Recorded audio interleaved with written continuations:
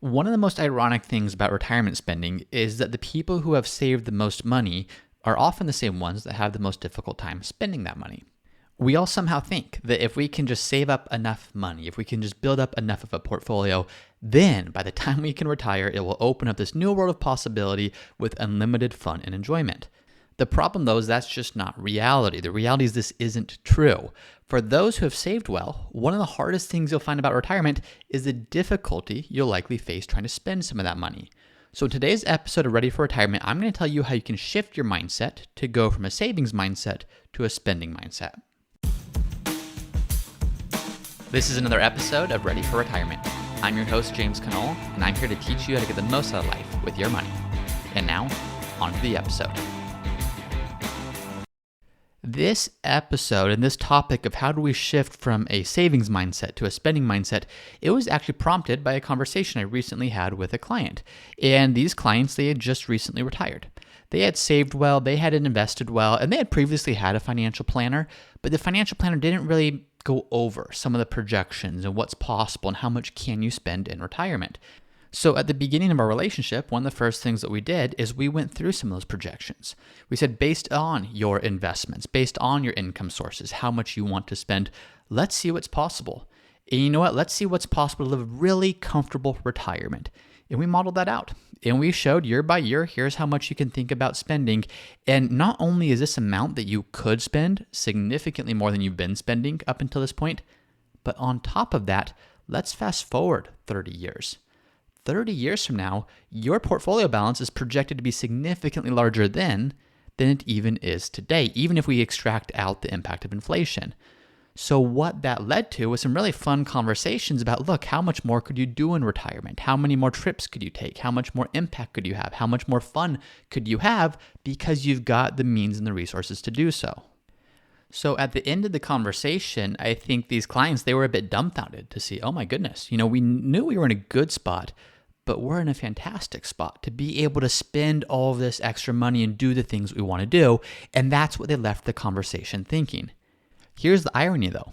We recently had another meeting, and after this meeting, they had just wrapped up part of their trip where they went on vacation, and they had dinner together, a nice dinner, and they said afterwards, where do we want to go for dessert? And he simply said, I just want some M&Ms for dessert.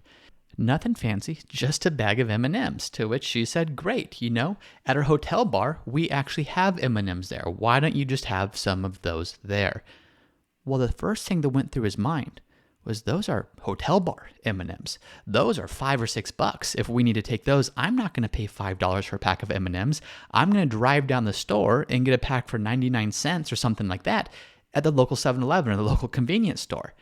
So instead of eating the M&Ms that were right there in the hotel room, he left the hotel, drove to a convenience store, got the M&Ms, and saved $3 or $4 in doing so. And they said, James, you had just showed us in our last meeting how much we could spend. And what you showed us is we could spend an extravagant amount more than we've previously been spending and still be just fine for the rest of our lives.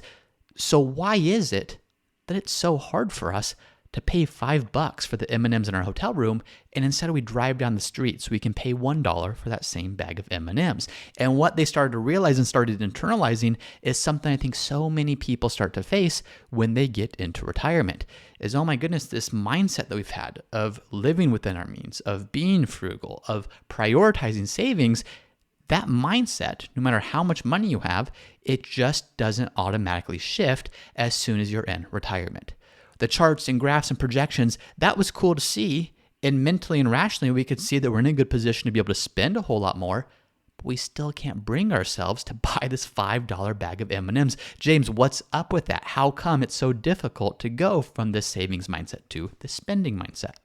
So because this is such a common and such a difficult challenge for so many people, this whole episode is about how do we make that shift? How do we start making the shift with our mindset?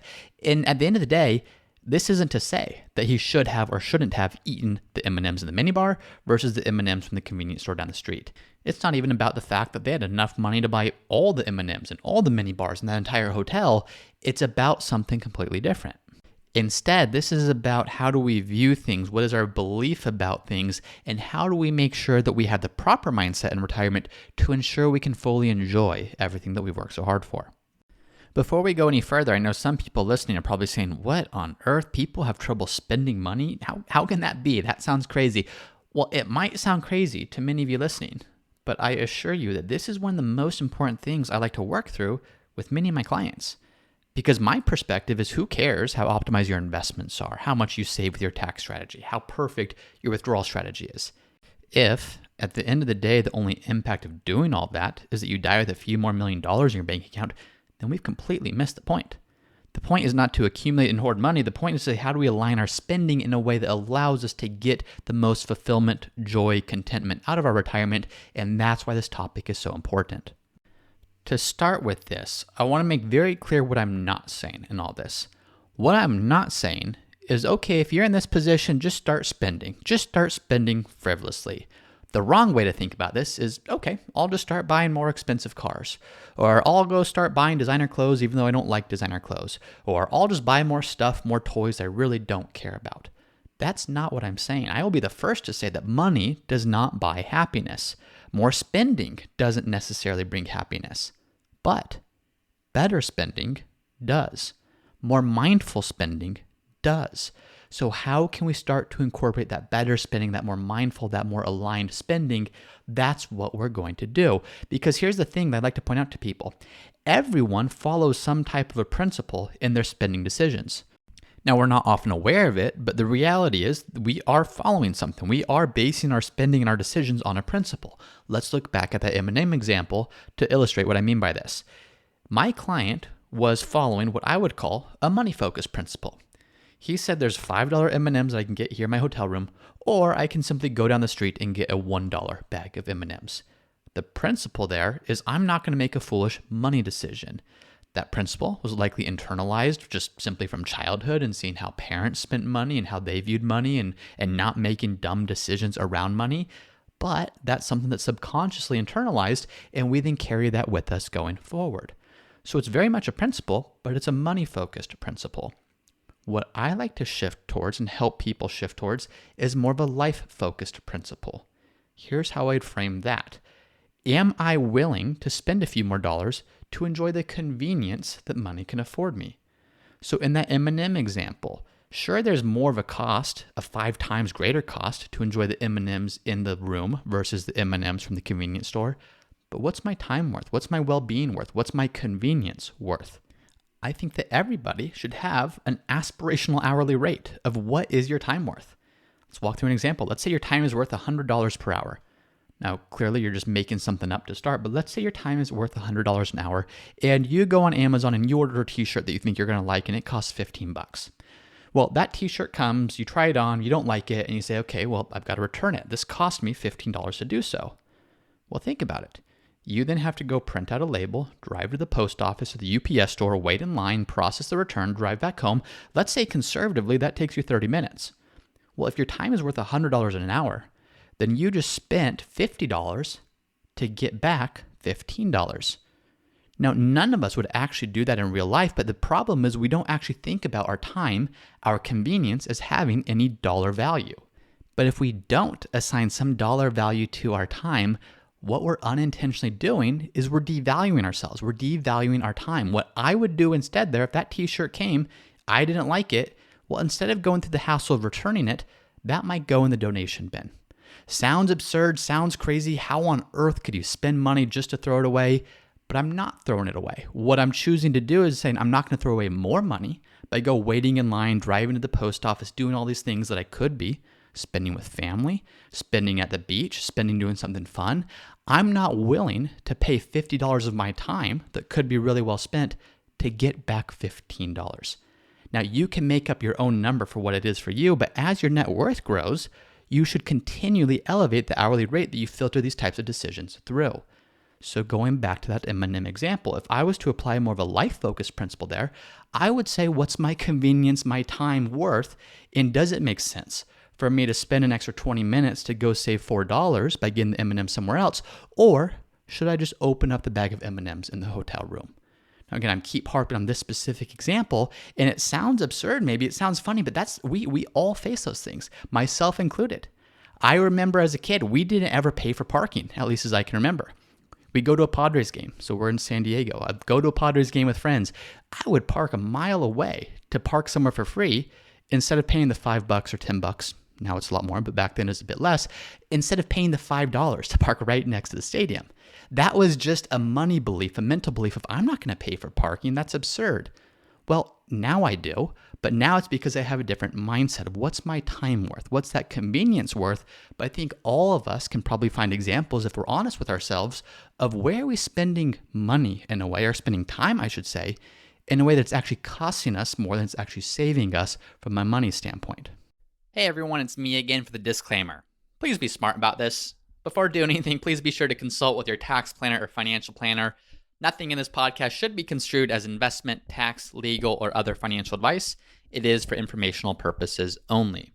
Here's the next thing that we need to realize. These principles that we base our decisions on, they're not rational principles that we can say, okay, well, I'm just going to start doing things differently. They're so much deeper than that. In fact, they're based upon our identity and the things that we believe to be true about ourselves.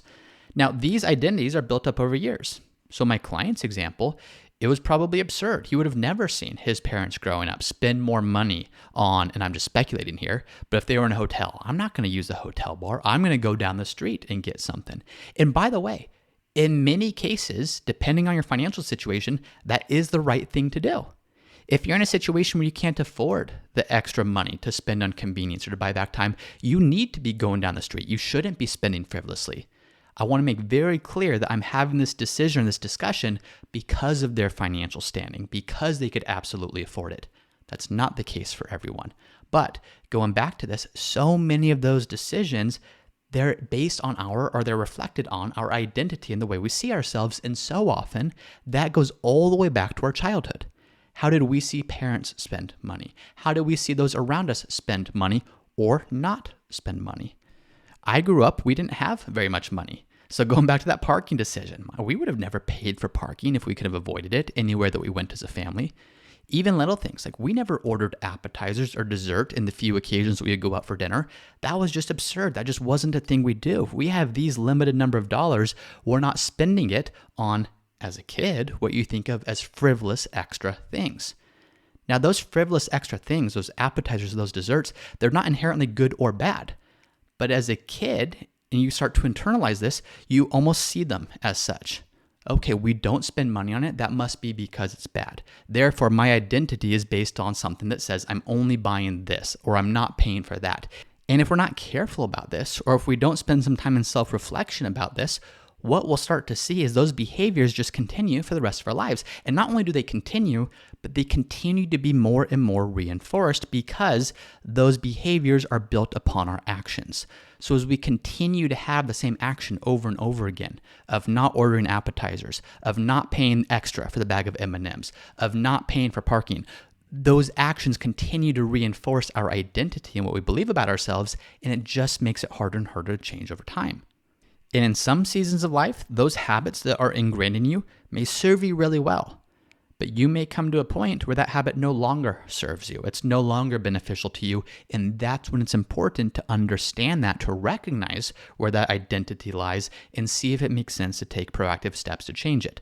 I've mentioned many times before on this podcast that one of my favorite authors is a guy named James Clear. James Clear has a quote where he says, "It's hard to change your habits if you never change the underlying beliefs that led to your past behavior.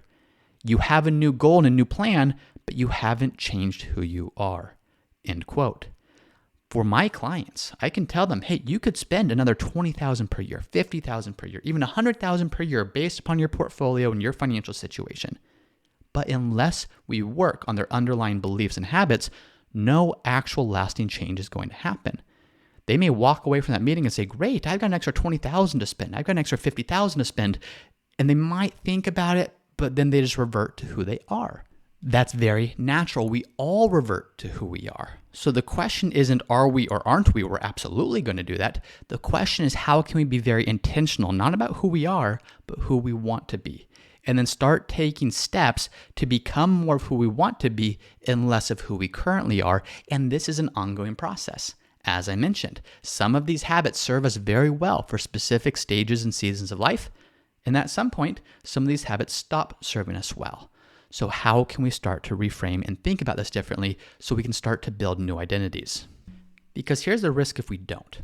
If you're listening to this and this is resonating, saying, well, you know what? It's no big deal. If I can't ever bring myself to spend more, yeah, I get it. It's hard for me to do, but I just can't bring myself to do it.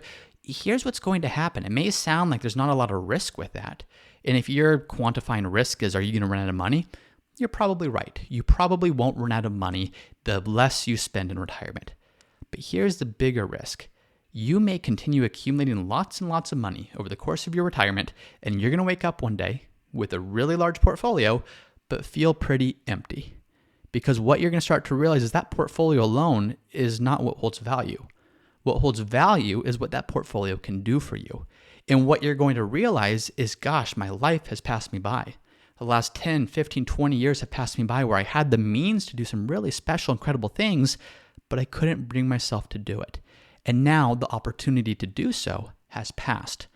So how can we start doing these things when the time is right, as opposed to procrastinating? I know this sounds like a weird thing to procrastinate on, but many people do. I'll spend later, I'll do more. If I can just keep building my portfolio, then maybe it becomes easier to spend. I'm here to tell you, it's not going to be easier to spend. Your comfort is not going to come from the size of your portfolio. Your comfort should come from having a plan, but also from changing your identity and your habits and the beliefs you have about yourself. So in just a bit, I'm going to walk you through a very simple but a very effective way to actually start to change this identity. But before I do so, I want to walk through, what should you spend money on? A lot of people say, well, James, you said I shouldn't just go buy more cars or more clothes or more things. That's exactly right. More things aren't going to bring you happiness. But in my experience in doing this with so many different clients, there are 5 core pillars of what I like to think of as impactful spending. Spending that is going to drive more fulfillment, more happiness, more joy. So here's those 5 pillars. Number 1, spend money on things that allow you to buy back your time. What do I mean by that? Well, there's all things that consume our time, and time is the only non-renewable resource that any of us have. So how do we preserve that and protect that with all that we can? Well, what does that look like? Could you hire a house cleaner? Maybe you already have a house cleaner. Could they come more frequently? Maybe it's a gardener. Maybe you pay for grocery delivery. Maybe you pay for someone to do your laundry or wash your car. These are just simple, practical examples of, can we spend money in a way to buy back the only non-renewable currency that we have, which is our time? Could you buy a home gym? Now think of it this way. A home gym, that's pretty expensive. Geez, I got to buy the weight rack. I got to buy a treadmill. I got to buy all these different pieces of equipment. Well, if we go back to how we value our time, let's look at an example. Let's assume that you commute 30 minutes round trip to your gym. 15 minutes there, 15 minutes back. And let's say you do that 4 times a week. What that means is every week you're saving 2 hours of time. If you work out 50 hours a year, that's 100 hours in a year that you've just saved by having a home gym instead of having to drive to the gym. If you value your time at $100 an hour, you just created $10,000 of value every single year by investing in a home gym. Now again, I know that some people, their financial resources aren't to the point that they can invest in that. This is more once you're at a point, you've done the saving, you've done the investing, you have the resources, how can you now start shifting to use those resources to buy back time instead of using your time to accumulate more money? The second pillar of effective spending is spending money on health. Confucius has a quote. He says, a healthy man wants 1,000 things. A sick man only wants one. Wealth without health is poverty. It doesn't matter how much money you have in your portfolio. If you sacrifice your time and your health and your well-being to get it, you're not going to be able to enjoy it. How can you spend your money by investing in a nice gym, a gym that you actually want to go to? Invest in a trainer, invest in healthy food. All these things are actually truly investments in your future health. Again, it does not matter how much money you have in your retirement if you don't have the health to actually enjoy it. So spend money on health. The third is spend money on experiences. How do you buy good experiences? Well, the first thing that people talk about is travel. Well, yes, absolutely. But what if you take it a step further? What would it look like if you could bring your family with you? What would it look like if you could bring your friends with you? Again, this depends upon your level of wealth and your level of, call it excess money that you could spend, but think creatively. Sometimes the biggest impediment to our ability to spend money is our lack of imagination. How can we imagine what's possible? How can we think about things that aren't the usual trips, that aren't the usual vacations that we see people take, but how can we create really meaningful experiences and spend lavishly on those experiences? Of course, assuming it fits within your plan, but spend lavishly in a way to create those experiences and those memories that are going to serve you for the rest of your life. You could also think about this in the reverse. Don't just spend money on good experiences, also spend money to avoid unpleasant experiences. So maybe you love travel, but that plane is just really difficult. You don't like the plane trip. You don't like being crammed in there. Well, do you spend your money on a first class ticket or a business class ticket? Can you use your money to avoid an unpleasant experience? Because that's just the inverse of spending money on good experiences. The fourth pillar of effective spending is spend money on giving. Now, you may have been saying earlier, James, it's not a big deal to me. If I pass away with a lot of money, that money just goes to my kids when I die. So I honestly really don't care if I have a bunch left over. In fact, maybe I prefer it. Well, great. Let's play that out. Let's assume you live until age 90. And say by that point, maybe your kids are age 60. How much will your money really mean to them at that point? Sure, more is always better. Sure, it's going to mean something. But that money won't mean as much to them at that point as it could have meant earlier. What if instead you'd been able to help them with a home purchase? What if instead you were able to help them save for their kids, your grandkids' college? What if instead, when you were taking great trips around the world, you paid for all of their expenses, their airfare, their hotel stay? All this, again, I'm going to harp on this, but this depends upon do you have the resources to do it? But assuming you do, instead of trying to save all this money until you're 90 or 95 and pass it down then, what greater impact could you have by seeing that used along the way? Not to mention, how much happier would you be if you could help with some of these things and see the impact of some of these things during your lifetime as opposed to waiting until you had passed? Or charity. Spend money on giving. Spend money on charity. Same thing. If all or part of your money is going to go to charity when you pass, wouldn't you love to see the impact it could have while you're living? On top of that, how many needs go unmet every single day simply due to lack of resources?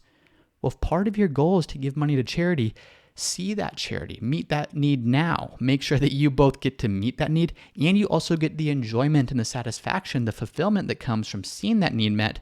There's a better way of doing it than just unintentionally letting that money compound and grow forever and 20, 30 years from now, meeting whatever needs exist at that time. And the fifth pillar of effective spending is spend money to improve your environment. Have you ever walked into a poorly lit, disorganized office room, or just any room for that matter, and then compare that to walking into a room that has great windows, great natural light, very open, very light? How do you feel in each of those environments? I think too often we don't realize how important the environment around us is. Not just the physical environment, but also the people around us. How important is it to be surrounded by the right people, to be surrounded by the right physical environment? The right environment has a huge impact on your mental and your emotional state. This is a big factor that I think enough people don't think about. So where you live is your environment, both the location, so where you happen to be surrounded with, was it naturally beautiful? Are there cool things to do around you? Is it a city or a town that inspires you? Or is it not? So the location, plus on top of that, the actual environment within your home. How is it decorated? How is light coming in? What are your windows like? I know this maybe sounds a little bit absurd, but this is real. If there's any interior designers listening, they're probably clapping their hands right now saying, yes, James, exactly, that's right. But this is so important of, do you have a beautiful environment around you? So where you live, the layout of your home, and even the people around you. So I live in San Diego, California. It's expensive. Taxes are high. California has its issues. Why do I live here? Well, environment is important to me. Being around great people. Now my family is here. My great friends are here. That's part of environment, but so is the natural beauty around me. I love to ride my bike down to the ocean with my wife and daughter, and we like to spend time splashing in the water, running around in the sun. Those are memories that are created because of the environment we're in that I couldn't get in many other parts of the country. I could save way more money living in a different area, but the environment that we live in is so important to who we are and what we enjoy doing that San Diego is a great place for us. So those are the 5 pillars of effective spending, but how do we actually do it? Well, it's not easy, but it's pretty simple. I'm going to read you another quote by James Clear. James Clear has a quote where he says, "Every action you take is a vote for the type of person you wish to become. No single instance will transform your beliefs, but as the votes build up, so does the evidence of your new identity. This is one reason why meaningful change does not require radical change. Small habits can make a meaningful difference by providing evidence of a new identity. And if a change is meaningful, it is actually big. That's the paradox of making small improvements. End quote. This is so simple, but so profound. What do you need to do to change your identity? Choose one thing you want to spend money on. Not just to spend money, but hopefully something that corresponds to one of the 5 core pillars of spending that I mentioned just before this. How do you buy back time? How do you invest or spend on health, experiences, giving, or environment? Choose something and commit to regular activity, regular spending on that activity. For example, grocery delivery. I used to hate going to the grocery store. I don't know what it was, but the drive there, spending the time going up and down the aisles, I did not like it. It was the worst part of my weekend. I know life could be a lot worse than simply having to go grocery shopping on the weekend, but one thing that we committed to is we committed to saying, let's just order groceries online. We pay a few bucks to do it, but if that saves an hour and a half of time that we didn't really enjoy spending, then that's an investment we'd gladly make. So commit to something that makes sense for you, something that buys back your time, something where you're investing in health, investing in experiences, giving, or creating a better environment around you. Commit to doing that for the next 30 to 60 days. If it's not improving your quality of life, even just a little bit, then stop. But if it is, then recognize that by doing this, you're starting to recreate your identity, and that identity is something that's going to allow you to spend in a way that allows for more fulfilling, enjoying retirement. So all you have to do to change your identity, it's no big grand action, it's little changes. But they're little changes that you commit to. So you start small, you build the habits, and over time, you'll start valuing your time and your money in a different way, and you'll stop looking at money as the almighty dollar that must be preserved and grown at all costs, and instead you'll start looking at it as a tool that you can use to get the most out of life. So that is it for today. So whether you're struggling to buy M&Ms at the hotel bar or pay for parking or anything else like that we've mentioned, there is a simple solution. But what you have to realize is it starts with your identity. It's not about the actual actions and the difficulty in spending or not spending. It's about your identity and the beliefs you have about yourself that have simply been reinforced over years and years and years of doing something the same way. So I hope that was helpful for you. If you've enjoyed this podcast or any of the other podcasts we've done, I would really appreciate it if you take a little bit of time and leave a 5-star review, letting everyone know that you enjoy it. And if you haven't already, be sure to check us out on YouTube. The channel name is James Conole, Conole. You'll find this episode. You'll find a lot of other great content there as well. As always, I appreciate you listening, and I'll see you all next time. Thank you for listening to another episode of the Ready for Retirement podcast. If you want to see how Root Financial can help you implement the techniques I discussed in this podcast, then go to rootfinancialpartners.com and click Start Here, where you can schedule a call with one of our advisors. We work with clients all over the country, and we love the opportunity to speak with you about your goals and how we might be able to help. And please remember, nothing we discuss in this podcast is intended to serve as advice. You should always consult a financial, legal, or tax professional who's familiar with your unique circumstances before making any financial decisions.